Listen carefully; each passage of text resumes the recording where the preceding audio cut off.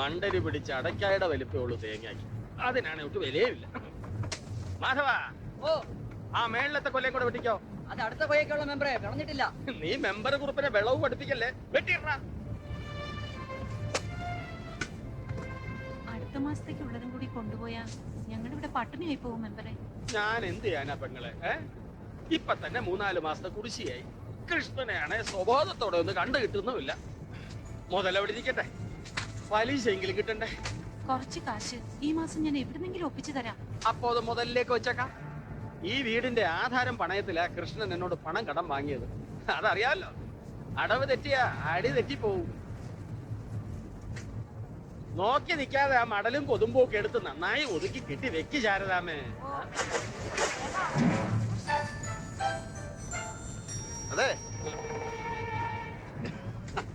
എന്താ കുറിപ്പേ ചെറിഞ്ഞു വീഴ്ത്താൻ നോക്ക? എന്താ തേങ്ങാ ചപ്തിയാ? ഇതൊന്നും വിളഞ്ഞിട്ടില്ലല്ലോ മാധവ.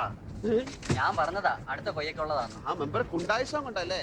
ഇനി എത്ര തെങ്ങ് കയറാനുണ്ട്? 5-8 കൂടെ ഉണ്ട്. എന്നാ വെയിൽ മൂക്കണതിന് മുമ്പ് കയറിക്കോ. മൂപ്പായത് മാത്രം വെട്ടിയാൽ മതി. ആ വെട്ടുകത്തി നോക്കട്ടെ.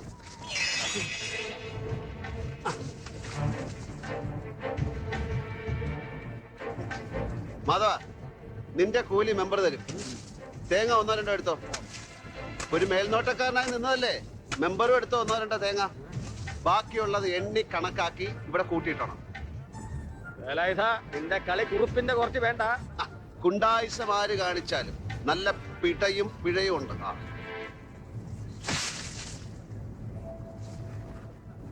അപ്പൊ കുറിപ്പേട്ട, എല്ലാം പറഞ്ഞ പോലെ പോയിട്ട് വരാം. ഇതവന്റെ കൊടുത്തേക്ക്.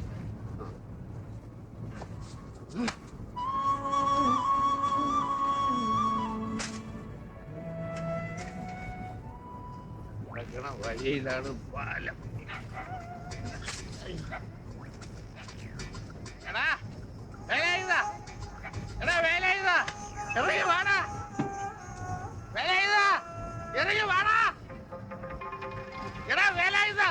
ആണുങ്ങളില്ലാത്ത നേരത്ത് വീട്ടിൽ കയറി പെണ്ണുങ്ങൾ താളാവുന്നടാ നീ. എടാ ഇറങ്ങി വേടാ, കൃഷ്ണനെ നിനക്ക് ശരിക്കും അറിയാഞ്ഞിട്ടാ. ആരടാ അവിടെ കിടന്ന് പേളം ഉണ്ടാക്കുന്നത്? നിന്റെ അന്തകൻ. ഇറങ്ങി വേടാ പുല്ലേ. പഴയ ഇഷ്ടക്കാരിയുടെ കെട്ടിയോനാ. അവിടെ ചെന്ന് വല്ല സഹായവും ചെയ്തു കൊടുത്ത് കാണും. എന്റെ പഴയ ഇഷ്ടക്കാരി എന്റെ അമ്മൂമ്മയാടി. ഞാൻ കടം വാങ്ങിച്ചിട്ടുണ്ടെങ്കിൽ ഞാൻ കൊടുക്കും. അത് ചോദിക്കാൻ നീ ആടാ. അവിടെ കിടന്ന് ഒച്ച വയ്ക്കാണ്ട് പോടാ. പോയില്ലേ നീ എന്ത് ചെയ്യൂടാ? കൃഷ്ണനെ ഒലക്കേമയെ കിടത്തി ഉരുട്ടുവോ? വേടാ ഇവിടെ. കൃഷ്ണ, നീ എന്നോട് മേടിക്കും. ആ പുല്ലേ, എന്നാ നീ ഒന്ന് ഉണ്ടാക്കണ. ഇന്ന് രണ്ടിലൊന്നും അറിയാൻ തന്നെയായി കൃഷ്ണൻ വന്നിരിക്കുന്നത്.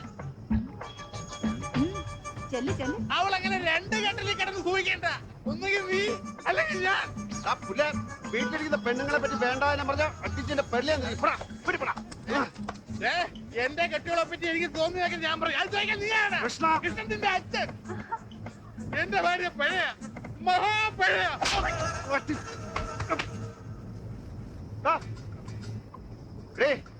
ഒന്നിങ്ങോട്ട് വന്നേ. ഇവന്റെ ബോധം പോയെന്നാ തോന്നുന്നു. ഒന്ന് താങ്ങ്. അതിന് ബോധം വന്നപ്പോഴേ ഇല്ലല്ലോ. തന്നെ താങ്ങിയാ മതി. ഞാൻ കിടന്നുറങ്ങാൻ പോവാ.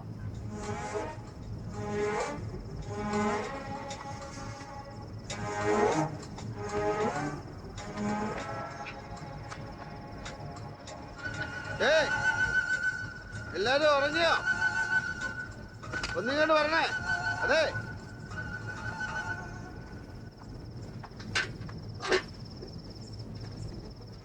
ഇതിനെയൊക്കെ എന്തിന് സൃഷ്ടിച്ചെന്റെ ഉടയ തമ്പുരാനെ. എന്റെ അമ്മോ, അയ്യോ, എന്നെ കൊല്ലുന്നേ. എടാ നീയോ? അയ്യോ, ഇതെന്റെ വീടല്ലേടാ. നീ ഇവിടെ നീ എന്തിനീ നേരത്തെ എന്റെ വീട്ടിൽ വന്നു? ഒന്നുമില്ല, തലയത്തിന് വെള്ളം ഒഴിച്ച. ഈ രാത്രിയിൽ ഇവൻ ഇവിടെ എന്തിനു വന്നു എന്ന് എനിക്ക് പറയണം. ഒറ്റ അടി വെച്ചൊന്നല്ല, ഞാൻ നിന്നെ കൊണ്ട് വന്നാ. എലിയും കൊണ്ടുവന്നു. എവിടെ ആകാശത്ത് കുറച്ചു മുമ്പ് ഞാൻ നിന്നെ തല്ലി വാങ്ങണ്ട. അപ്പൊ നീ ബോധം കിട്ടുപോയി. എന്തോന്ന് നിന്റെ ഒറ്റ തല്ലിക്ക് ഞാൻ ബോധം കിട്ടുന്നു. എടാ, എന്റെ കെട്ടിയുള്ള മുമ്പ് ആളാവാൻ പുളു പറയുന്നോടാ. 4 ആളുകൾക്ക് പറയാൻ കൊള്ളാത്തതൊക്കെ നിന്നെ പറ്റി വിളിച്ചു പോയപ്പോ ഞാനൊന്ന് തല്ലി. എടാ, എന്റെ കെട്ടികളെ കുറിച്ച് ഇഷ്ടമുള്ളത് ഞാൻ പറയും. അപ്പൊ നിനക്ക് ഓർമ്മയുണ്ട് അല്ലേ? ഞങ്ങളെ ഉപദ്രവിക്കാതെ ദയവ് ഇത് നിങ്ങൾ ഇവിടെ നിന്ന് പോവോ? മനുഷ്യനെ സ്വസ്ഥമായി ജീവിക്കാനും സമ്മതിക്കില്ലല്ലോ ഈശ്വര. ബോധമില്ലാത്ത ഇതിനെ വഴിയിലിട്ട് പോരുതല്ലോ നോർത്ത് ചുവന്നോണ്ട് വന്നിട്ട് ഇപ്പൊ കുറ്റം എനിക്കായോ? വേല നിങ്ങൾക്ക് എന്ത് ഉപദ്രവം ഉണ്ടാക്കിയെന്നാ പറയുന്നത്? പോകാൻ പറഞ്ഞ വേല ഞാൻ പൊയ്ക്കോളാം. അത് ഈ ചങ്കിക്കൊള്ളുന്ന വർത്താനൊന്നും പറയണ്ട.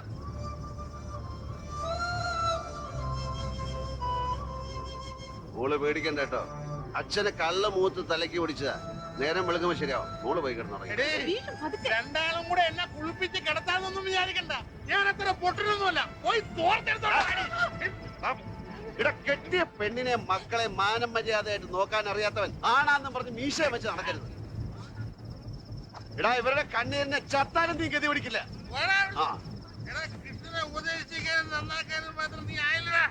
ഒന്ന് വേഗം നോക്കണോ, മഴ ഇക്കുറി കുറെ നേരത്തെ ആവുമെന്നാ തോന്നുന്നത്.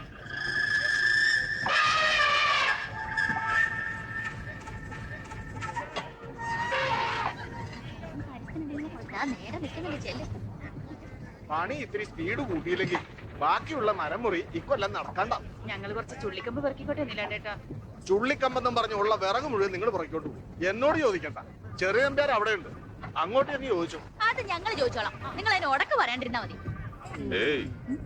എന്താടി നിന്റെ പേര്? ജാൻസി റാണി. ഇത് മുംതാസ് ബീഗം. മാപ്പിളാരാ വാടി.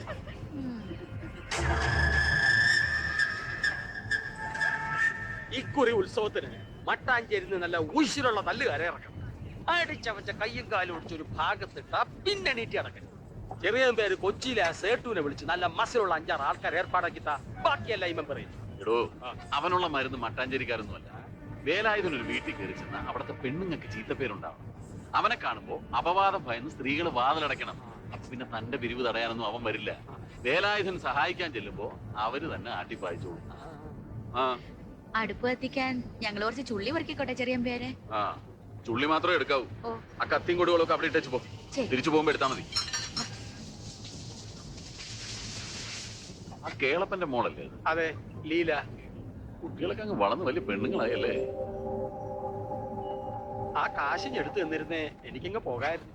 ഇതിപ്പോ താൻ ചിട്ടി കമ്പനി നടത്തുന്നത് എന്റെ കാശ് കണ്ടിട്ടാണോന്നൊരു സംശയം.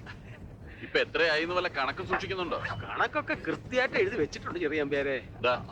ഇതിന് ഞാൻ വേറെ കടലാസും രേഖയൊന്നും തന്റെ എഴുതി വാങ്ങുന്നില്ല. അതുകൊണ്ട് പവർ ആന്റണി ചെറിയ പേരുടെ പേർക്ക് ഒപ്പിട്ട് വാങ്ങണം. എന്നിട്ട് ആ കടലാസ് പുതുശ്ശേരി വീട്ടിൽ കൊണ്ടുതരണം. അതല്ലേ ഈ കുറിപ്പിന് ഇത്രക്കെങ്കിൽ വിശ്വാസം ഇല്ലാതായാലോ?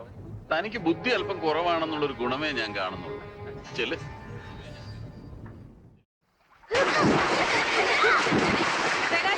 മതി വാ.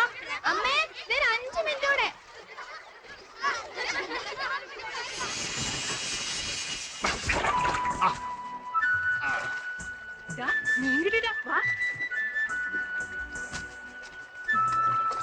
പ്രകാശ, നീ കണ്ടിട്ടുണ്ടോ മൂപ്പർ അരയിലെ കത്തി?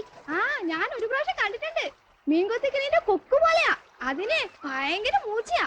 എനിക്കൊന്ന് കാണണമായിരുന്നു. ചെല്ലടാ, നീ പോയി ചോദിക്ക്. പ്രകാശ മതി, ഇങ്ങോട്ട് കയറിയ മഴ പെയ്യും. ഇപ്പൊ വരാൻ 5 മിനിറ്റ് കൂടി. ഓടാ, ചോദിക്കടാ. നീ കുളിക്കാൻ വന്നാ? ആ കത്തി ഒന്ന് കാണിക്കോ? ഏത് കത്തി? അരയിലുള്ള കത്തി. എനിക്കല്ല, ഇവർക്കാ. കത്തി അരയെന്ന് ഊരിക്കഴിഞ്ഞാ പിന്നെ ആരെങ്കിലും കുത്തിക്കൊന്നിട്ട് വെക്കൂ. ആരാ നിങ്ങളോട് ഈ വേണ്ടാത്തൊക്കെ പറഞ്ഞിരുന്നേ? നീയാണല്ലേ? ഓരോ കഥകളെ.